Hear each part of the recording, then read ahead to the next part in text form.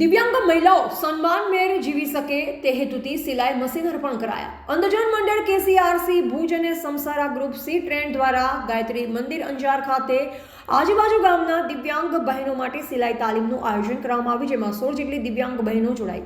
10 દિવસ તાલીમમાં લાભાર્થી બહેનો તાલીમબદ્ધ થયા બાદ સંસ્થા દ્વારા ₹15,000ની કિંમતના મોટરાઇઝ સિલાઈ મશીન નિઃશુલ્ક વિતરણ આજરોજ કરવામાં આવ્યા।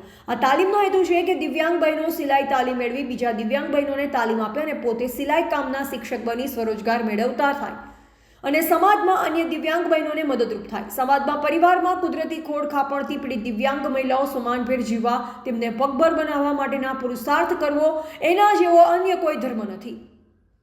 આજે ગાયત્રી મંદિર અંજાર ખાતે આ સિલાઈ મશીન વિતરણ કાર્યક્રમની શરૂઆતમાં મહેમાનો દ્વારા દીપ પ્રાગટ્ય કરવામાં આવ્યું। ત્યારબાદ ઉપસ્થિત મહેમાનોમાં સમસારા ગ્રુપના શ્રી મુકેશભાઈ ઓઝા સાહેબ અને અંચિતાબેન મહેતા, અંધજન મંડળ અમદાવાદના general secretary Shri doctor Bhushan Punani સાહેબ વર્ચ્યુઅલ જોડાયા। ડેપ્યુટી ડાયરેક્ટર શ્રી ભરતભાઈ જોશી આ પ્રોગ્રામનો હેતુ અને સમગ્ર ગુજરાતમાં 2000 દિવ્યાંગ બહેનોને તાલીમ આપી પગભર કરવાનો નિર્ધાર વ્યક્ત કર્યો। અંજાર નગરપાલિકાના વિરોધ પક્ષના નેતા રાજેન્દ્રસિંહ જાડેજાએ સંસ્થાની કામગીરી બિરદાવી અને દિવ્યાંગ બહેનોની સેવા માટે હંમેશા મદદની ખાતરી આપી। તેમના દ્વારા તાલીમ દરમિયાન બહેનોને બપોરના ભોજનની વ્યવસ્થા કરવામાં આવી। ગાયત્રી મંદિર ટ્રસ્ટના ટ્રસ્ટી શ્રી હસમુખભાઈ ઠક્કર અને વિષ્ણુભાઈ તથા નટુભાઈ જોશીએ 15 દિવસ તાલીમ દરમિયાન ખૂબ જ સારી સેવા આપી, જે બદલ સંસ્થા દ્વારા તેમને સન્માનિત કરવામાં આવ્યા। આ તાલીમની શરૂઆતમાં કચ્છના પૂર્વ કચ્છી મંત્રી વાસણભાઈ આહિર પણ ઉપસ્થિત રહ્યા। તેમને સંસ્થાની આ કામગીરી બિરદાવી।